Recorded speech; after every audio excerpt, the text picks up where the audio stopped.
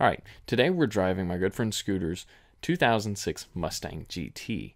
Now, I've always felt like this Mustang was sort of a weird contradiction. When I was still in high school, this generation of Mustang debuted. It was sharper than a razor blade and had styling that made people who didn't give a rat's ass about cars think it was 50 years old.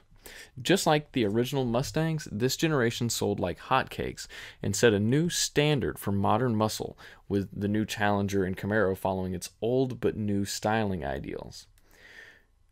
The engine powering this Mustang was a 300 horsepower, 3-valve derivation of Ford's old school 4.6 modular V8 that started life in the 1991 Lincoln Town Car and would eventually evolve to Ford's new LS rival, the Coyote.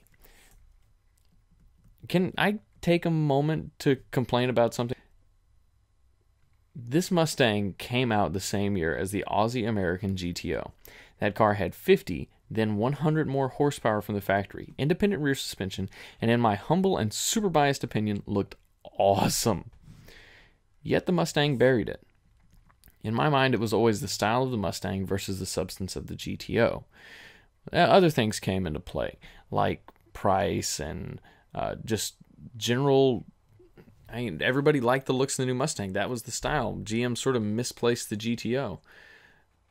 But with that out of the way, I have to say, this Mustang sort of surprised me. Scooter has been building up this Mustang for a while, so it's far from stock, but it still feels like a completely different animal than any new breed of Stangs, sporting the IRS and the new 302. In Mustang lineage, this car falls sort of in the transition years. The ones before it, the New Edge Mustangs and Fox bodies and everything before that, were still trying to tap into the Mustang's original muscle car, or pony car if you like, past. If this Stang were a music act, it would be Taylor Swift.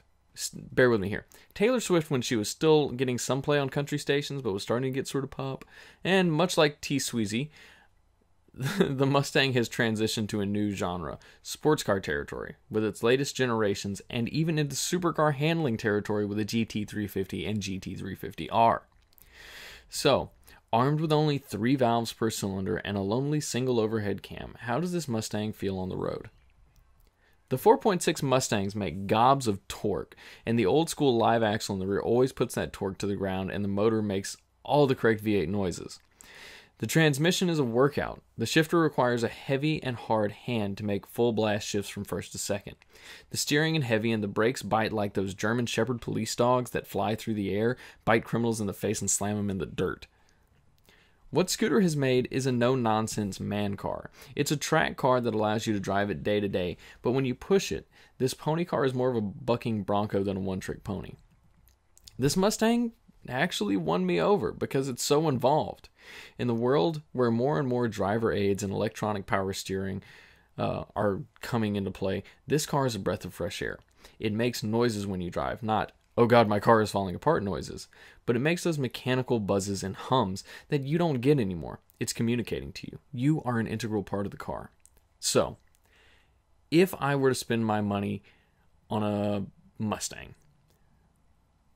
here's what I would do. I would buy one of these because right now, I'm sure the market is really soft on these, and you can pick up a 300 horsepower version, 05, 06 GT, fairly cheaply because now they've got the new Mustangs, and that's the thing. That's the great thing about Mustangs. They make so many of them that whenever the new one comes out, the older ones that are still actually pretty good drop in price like a stone.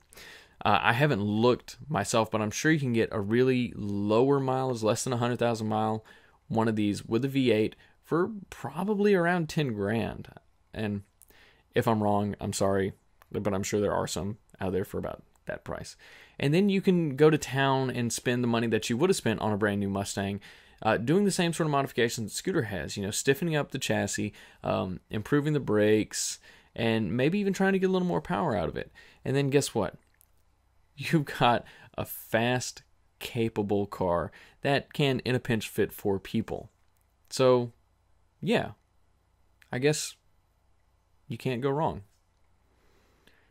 Did I just admit to liking a Mustang? I'm going to have to go and give myself 40 lashes. Bye, guys.